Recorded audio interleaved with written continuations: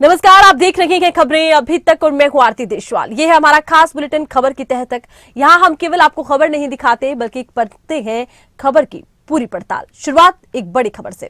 उत्तराखंड की धामी सरकार ने बजट के लिए तैयारियां शुरू कर दी है। इसी के तहत मुख्यमंत्री आवास देहरादून स्थित मुख्य सेवक सदन में बजट से पहले संवाद कार्यक्रम का आयोजन। और इस कार्यक्रम में मुख्यमंत्री पुष्कर सिंह धामी शामिल हुए हैं। इस दौरान उद्योग जगत, डेयरी विकास, पर्यटन व्यवसाय जैसे कई क्षेत्रों से आए लोगों ने मुख्यमंत्री को आगामी बजट के संबंध में सुझाव दिए हैं। वहीं मुख्यमंत्री पुष्कर सिंह धामी ने बजट संवाद के लिए एकत्रित हुए सभी हितधारकों का स्वागत करते हुए कहा है कि राज्य सरकार साल 2024-25 के लिए जल्द ही बजट पेश करने जा रही है। और विगत वर्ष की बात करें तो इस तरह इस बजट में भी जनता से बजट के लिए महत्वपूर्ण सुझाव मांगे गए हैं। बजट निर्माण में जन सहभागिता महत्वपूर्ण होती है।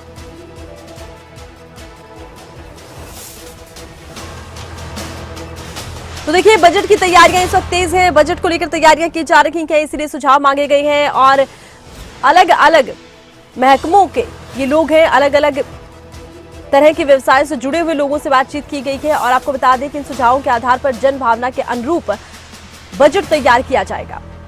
जनता की आकांक्षाओं और क्षमताओं को बेहतर ढंग से समझने के लिए जन संवाद बजट निर्माण की सबसे महत्वपूर्ण कड़ी होता है। और आपको बता दें, मुख्यमंत्री पुष्कर सिंह धामी ने इसी को लेकर सुझाव दिए हैं कि बजट में आखिर कौन कौन सी ऐसी चीजें हैं जो आम जनता के हित में की जा सकती है।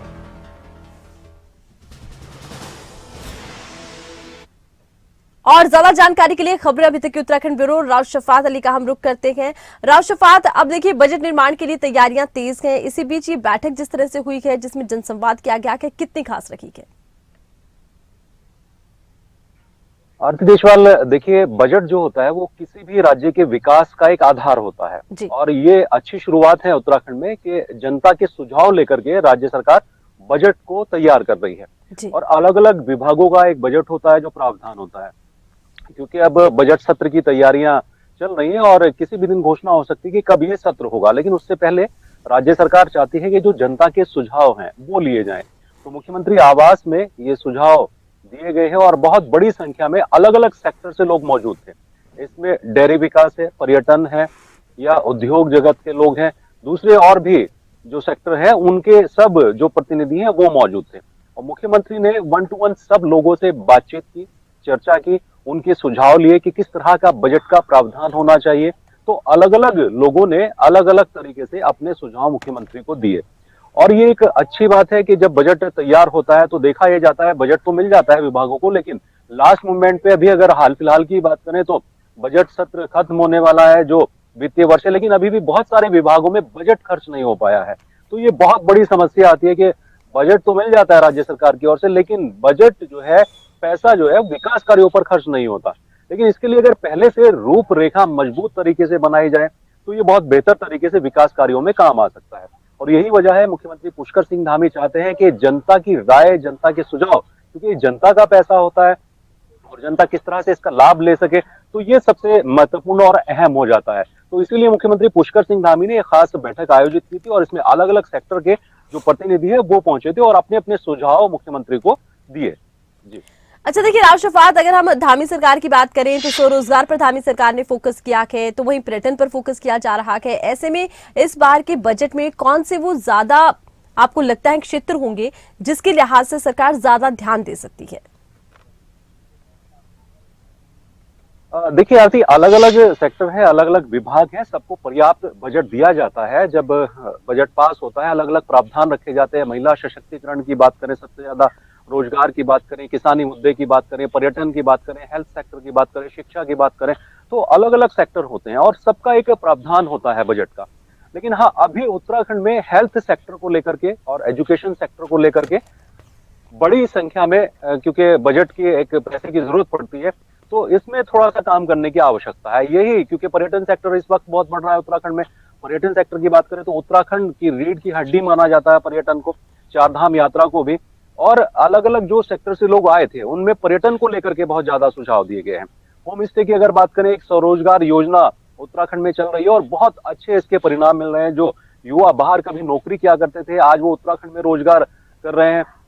मिलेट्स को लेकर के जो उत्तराखंड में एक ऐसा अनाज हुआ करता था जिसको लोग फेंक दिया करते थे, लेकिन आज देखिए कि इंटरनेशनल मार्केट उस अनाज की है, इंटरनेशनल लेवल पर वो जो अनाज है वो बिकता है। तो इसके लिए राज्य सरकार चाहती है कि एक और अच्छी तरीके से जो भी खाका है वो तैयार हो, ताकि जो रोजगार है, स्वरोजगार है, वो उत्तराखंड में ही लोगों को मिल जाए, यहाँ से पलायन ना हो। पलायन, क्योंकि उत्तराखंड में बहुत बड़ी समस्या है, पलायन को रोकने के लिए राज्य सरकार प्रयास कर रही है और कुछ हद तक धामी सरकार पलायन को रोकने में कामयाब भी हुई है। बहुत बड़ी संख्या में रोजगार पैदा किए गए हैं, जो लोग बाहर काम करते थे अब वो वापस आने लगे हैं। तो ये तमाम जो भी सुझाव है राज्य सरकार को दिए गए थे। चलिए राशिफात, आप हमारे साथ बने रहिएगा, एक और खबर पर आपसे राब्ता होगा। इसी बीच हम दर्शकों को रूबरू करवाते हैं एक और खास खबर से। खबर की बात चलेंगे शिमला में विरोध के बाद गेस्ट टीचर्स पॉलिसी होल्ड और सीएम सुखविंदर सिंह सुक्खू ने पॉलिसी को लागू करने पर फिलहाल रोक लगा दी है। अस्थायी शिक्षकों की भर्ती की योजना के खिलाफ सड़कों पर बेरोजगार आ गए थे। सीएम सुखविंदर सिंह सुक्खू का इसको लेकर बयान आया है। सरकार अस्थायी व्यवस्था करने जा रही थी, लेकिन पॉलिसी को समझ नहीं रहे हैं बेरोजगार। अब फिर से चर्चा करने के बाद ही कोई निर्णय लिया जाएगा। अब देखिए, अस्थायी ये कहा जा रहा था कि एक तरह से प्रयास हो रहा है समस्या के समाधान का, लेकिन बेरोजगारों की तरफ से इसका विरोध किया गया है। उन्होंने कहा है कि जिस तरह से गेस्ट टीचर्स लगाने की तैयारी की जा रही है, सरकार को इस पर एक बार फिर से विचार करना चाहिए। ऐसे में जिस तरह से गेस्ट टीचर पॉलिसी का विरोध हुआ है, सीएम सुखविंदर सिंह सुक्खू ने इस पॉलिसी को होल्ड कर दिया है, रोक दिया है। अस्थायी शिक्षकों की ये भर्ती थी, इसकी योजना के खिलाफ सड़कों पर बेरोजगार उतर आए थे और सीएम सुखविंदर सिंह सुक्खू ने इसको लेकर बयान दिया कि सरकार इस समस्या का समाधान करने वाली है, लेकिन पॉलिसी को जिस तरह से लोग समझ नहीं पाए गए गेस्ट टीचर्स की, अब एक बार फिर से चर्चा करेंगे और उसके बाद निर्णय लिया जाएगा। गेस्ट टीचर्स की भर्ती हिमाचल में होने वाली थी, लेकिन बेरोजगारों ने इसका विरोध किया है। कितने लंबे समय से गेस्ट टीचर्स की भर्ती का वो इंतजार नहीं कर रहे थे, उन्हें उम्मीद थी कि स्थायी रोजगार मिलेगा और ऐसे में सुक्खू सरकार की तरफ से फिलहाल गेस्ट टीचर पॉलिसी को होल्ड कर दिया गया है, इस पर रोक लगा दी गई है। एक बार फिर से इसको लेकर चर्चा होगी, उसके बाद निर्णय लिया जाएगा। देखना ये होगा निर्णय क्या लिया जाता है। यहाँ आपको बता दें कि एक बड़ा प्रदर्शन यहाँ पर किया गया उन छात्रों की तरफ से जो लंबे समय से इंतजार कर रहे थे टीचर्स लगने का, जिन्होंने अलग अलग डिग्रियां हासिल की है। उन्होंने कहा है कि वो लंबे समय से इंतजार कर रहे हैं कि सरकारी भर्ती निकलेगी, लेकिन जब भर्ती निकली है तो गेस्ट के लिए निकली है, वो गेस्ट के लिए कार्य नहीं करना चाहते हैं। विरोध का असर अब ये रहा है, बेरोजगारों के विरोध के बाद देखा यह गया है कि सुक्खू सरकार ने रोक लगा दी है। अब सुक्खू सरकार ने जिस तरह से फैसला लिया है, देखना होगा इसका क्या असर रहेगा। और ज्यादा जानकारी के लिए खबर अभी तक की शिमला ब्यूरो प्रदीप ठाकुर हमारे साथ जुड़ चुके हैं। प्रदीप, जिस तरह से सरकार ने गेस्ट टीचर्स के लिए एक पॉलिसी तैयार की, अब पॉलिसी पर रोक लगा दी गई है, क्या इसका असर देखने को मिलता है? क्योंकि मांग तो ये की जा रही थी कि स्थायी रोजगार दिया जाए। बिल्कुल, देखिए पिछली कैबिनेट बैठक में ही जो फैसला हुआ था उसमें प्रदेश में लगभग 2600 के करीब अतिथि शिक्षक भरे जाने थे, यानी गेस्ट फैकल्टी के तौर पर उनको नियुक्तियां दी जानी थी। हालांकि एक स्थायी भर्ती ये नहीं थी, बल्कि एक टेम्परेरी भर्ती थी जो जहां पर पद खाली चल रहे हैं शिक्षकों के, तब जब तक रेगुलर भर्तियां नहीं होती है तब तक उन शिक्षकों से काम चलाया जाना था।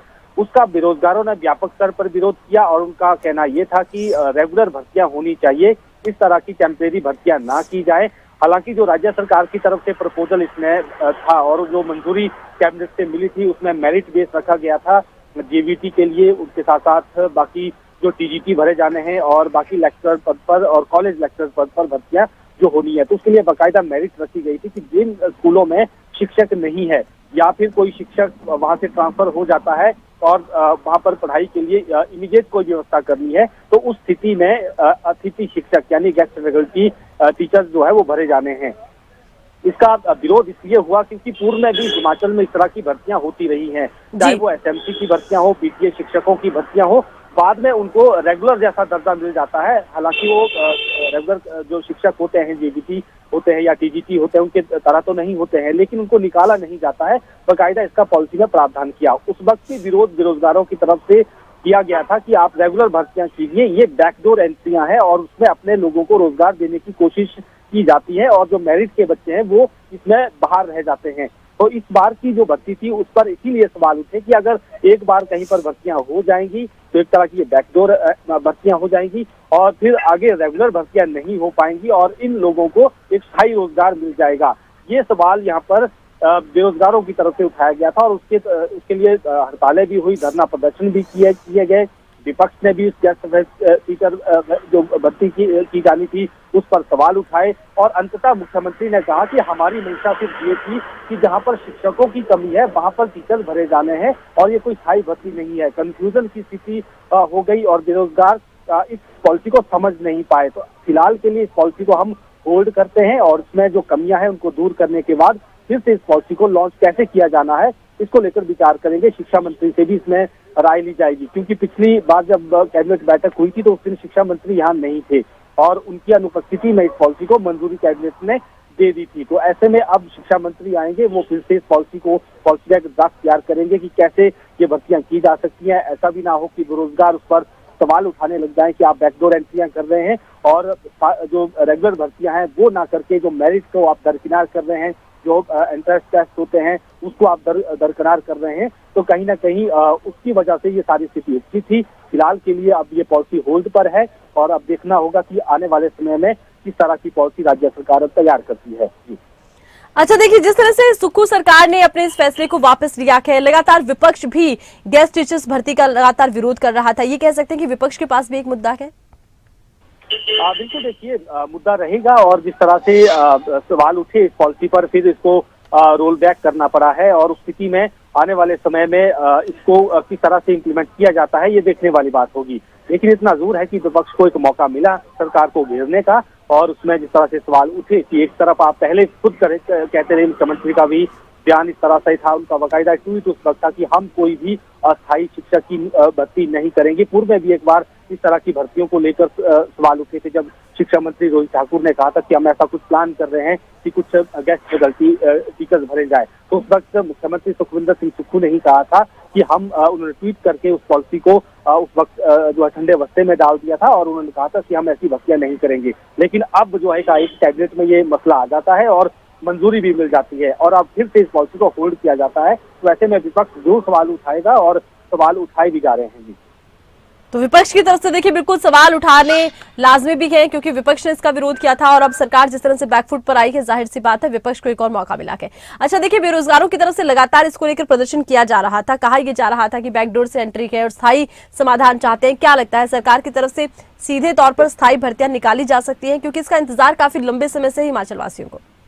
बिल्कुल, देखिए हिमाचल में काफी ज्यादा शिक्षकों के पद खाली चल रहे हैं, चाहे वो जेबीटी स्तर पर हो या फिर टीजीटी स्तर पर या जो पीजीटी जो लेक्चरर स्कूल में +1-2 को पढ़ाते हैं और बाकी जो कॉलेज स्तर पर लेक्चरर की प्रवक्ता हैं या फिर प्रोफेसर है उनके पद खाली चल रहे हैं। शिक्षकों के बहुत सारे पद खाली चल रहे हैं।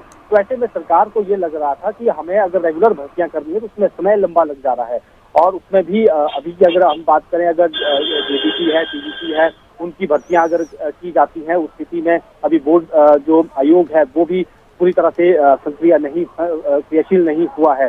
तो ऐसी स्थिति में रेगुलर भर्तियां करने में समय लग सकता है। तो तब तक के लिए एक व्यवस्था के तौर पर एक अस्थायी व्यवस्था करने की कोशिश यहाँ पर की जा रही थी, लेकिन इसका व्यापक विरोध हुआ है।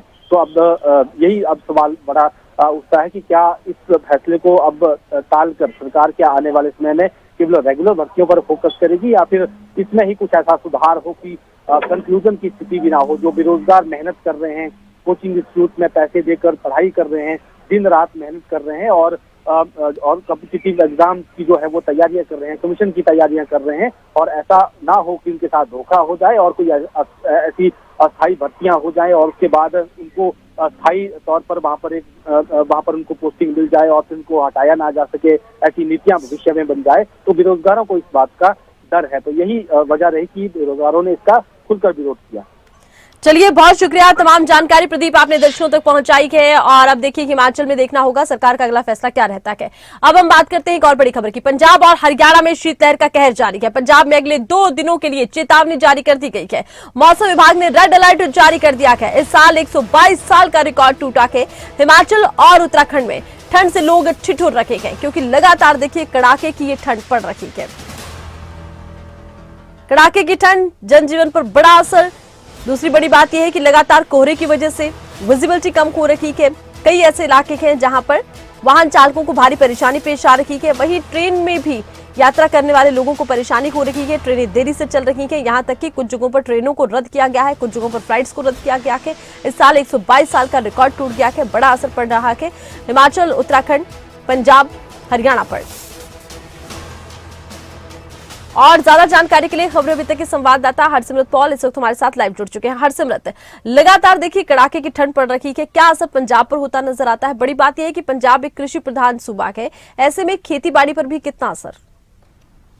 जी बिल्कुल आरती, आपको बता दें कि जिस तरह से शीतलहर का प्रकोप जारी है, आने वाले समय में भी शीतलहर इसी तरह जारी रहेगी। आपको बता दें कि सबसे ज़्यादा ठंड हरियाणा और पंजाब में इस वजह से हो रही है क्योंकि इस बार हिमाचल में बर्फबारी जो है वो सही ढंग से शुरू नहीं हो पाई है। इसके चलते हुए लगातार ठंड जो है वो मैदानी इलाकों की तरफ बढ़ रही है, चाहे हम पंजाब की बात करें या हरियाणा की बात करें। अभी हम यहाँ की बात कर लें अगर पंजाब की, तो ऐसे में 2 दिन के लिए और रेड अलर्ट जो है वो जारी किया गया है और इसके अलावा चंडीगढ़ में भी धुंध के लिए येलो अलर्ट जारी किया गया है। हालांकि आपको बताएं कि बीते 2 दिन से यहाँ पर सूरज की एक किरण भी देखने को नहीं मिली है, तो ऐसे में दिन जो है वो पूरी तरह से ठंडे रहे हैं। न्यूनतम तापमान की अगर मैं बात करूँ 3 डिग्री सेल्सियस तक है और जिस तरह से देखा जा रहा है कि आने वाले दिनों में अलर्ट जारी किए गए हैं, तो आने वाले कुछ दिन भी ऐसा ही मौसम रह सकता है। हालांकि 22 जनवरी के बाद मौसम में सुधार होने की बात जो है वो माहिरों की तरफ से कही जा रही है, पर देखना होगा कि आखिरकार कब जो है थोड़ी राहत इससे मिल पाती है। हालांकि आपको ये भी बता दें कि कोल्ड वेव को लेकर के भी चेतावनी जारी की गई है कि इसी तरह से जो कोल्ड वेव है आने वाले समय में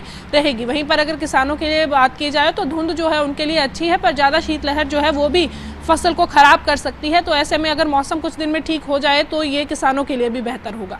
जी अच्छा, देखिए किसान अब उम्मीद ये कर रहे हैं कि अब मौसम में कुछ राहत मिले क्योंकि लगातार पाला पड़ रहा है, फसलों को पाला पड़ने से नुकसान भी होता है।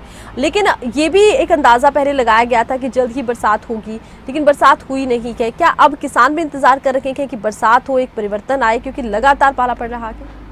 बिल्कुल, ज़्यादा चीज़ भी अच्छी नहीं होती है, इसलिए हर चीज़ की एक हद होनी बहुत ज़रूरी होती है, ख़ास तौर पर चीज़ों के लिए। तो फसल जो है वो वैसे ही ऐसी चीज़ है जिस पर अगर कोई चीज़ ज़्यादा मात्रा में आ जाती है तो वो ख़राब होने की उसकी संभावना रहती है। तो ऐसे में जो पाला है वो ज़रूर उसके लिए अच्छा है, पर जिस तरह से देखा गया कि सूरज की किरणें नहीं निकल रही हैं, बीच में थोड़ी भी तपिश जो है वो नहीं मिल रही है, तो ऐसे में फसलें जो है उनका भी ख़राब होने का डर है। तो ऐसे में ये कहा जा सकता है कि किसान भी उम्मीद कर रहे हैं कि बारिश जो है वो हो जाए और उसके बाद जो है मौसम थोड़ा खुल जाएगा कि धुंध से भी निजात मिलेगी और ठंड भी थोड़ी इससे राहत मिलेगी। जी चलिए हरसिमरत, आप हमारे साथ बने रहिएगा। एक बार फिर से हम आपका रुख करेंगे। तो यहाँ आपको हम बता दें कि लगातार कड़ाके की ठंड पड़ रही है।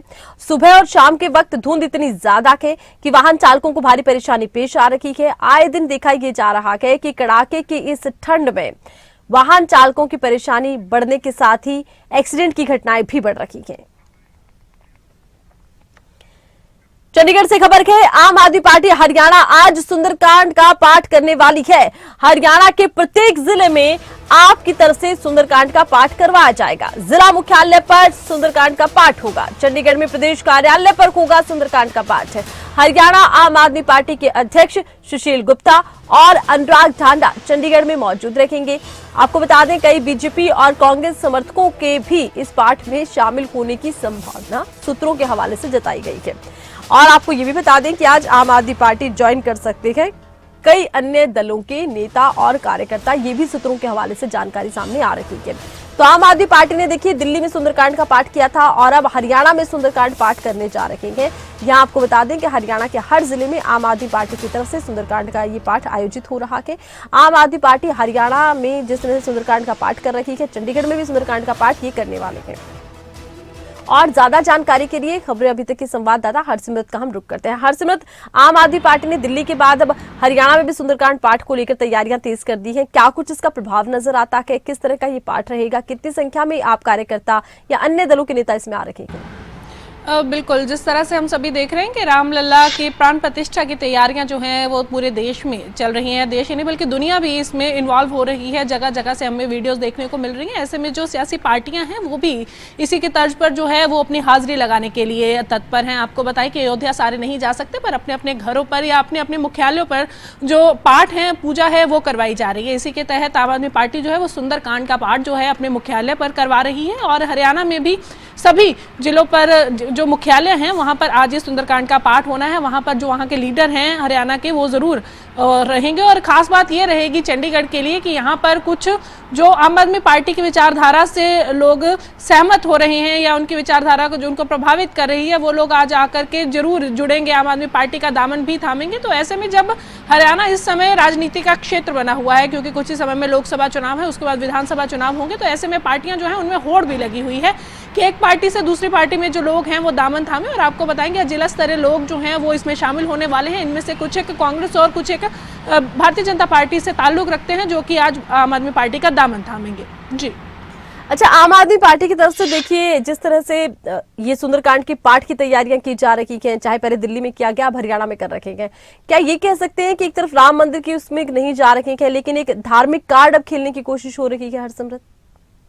कि जिस तरह से ये देखा गया कि अयोध्या में राम मंदिर जो है वो बना है, उसको लेकर के तैयारियां की गई हैं, सभी को इनवाइट भी किया गया है, पर राजनीति इस पर भी बहुत सरगर्म है, क्योंकि देखा गया कि कई पार्टियों के नेताओं को बुलाया नहीं गया है या फिर किसी को इनवाइट तो किया गया है पर तिथि नहीं बताई गई है। तो ऐसे में हर कोई चाहता है कि वहां पर हाजिरी लगे, हर कोई वहां पर जाकर हाजिरी नहीं लगा सकता। तो ऐसे में अपने अपने घरों पर, या जैसे मैंने पहले भी कहा कि अगर जो भी क्षेत्र, जो भी जगह उनको प्रोवाइड होती है, चाहे वो घर है चाहे मुख्यालय है, वहां पर वो कोशिश कर रहे हैं। तो ऐसे में अगर भगवान के नाम पर राजनीति ना की जाए तो ही शायद ठीक रहेगा। तो ऐसे बिल्कुल, लेकिन लगातार देखा ये जा रहा है कि भगवान के नाम पर राजनीति हो रही है। हरसिमरत, बहुत शुक्रिया, तमाम जानकारी आपने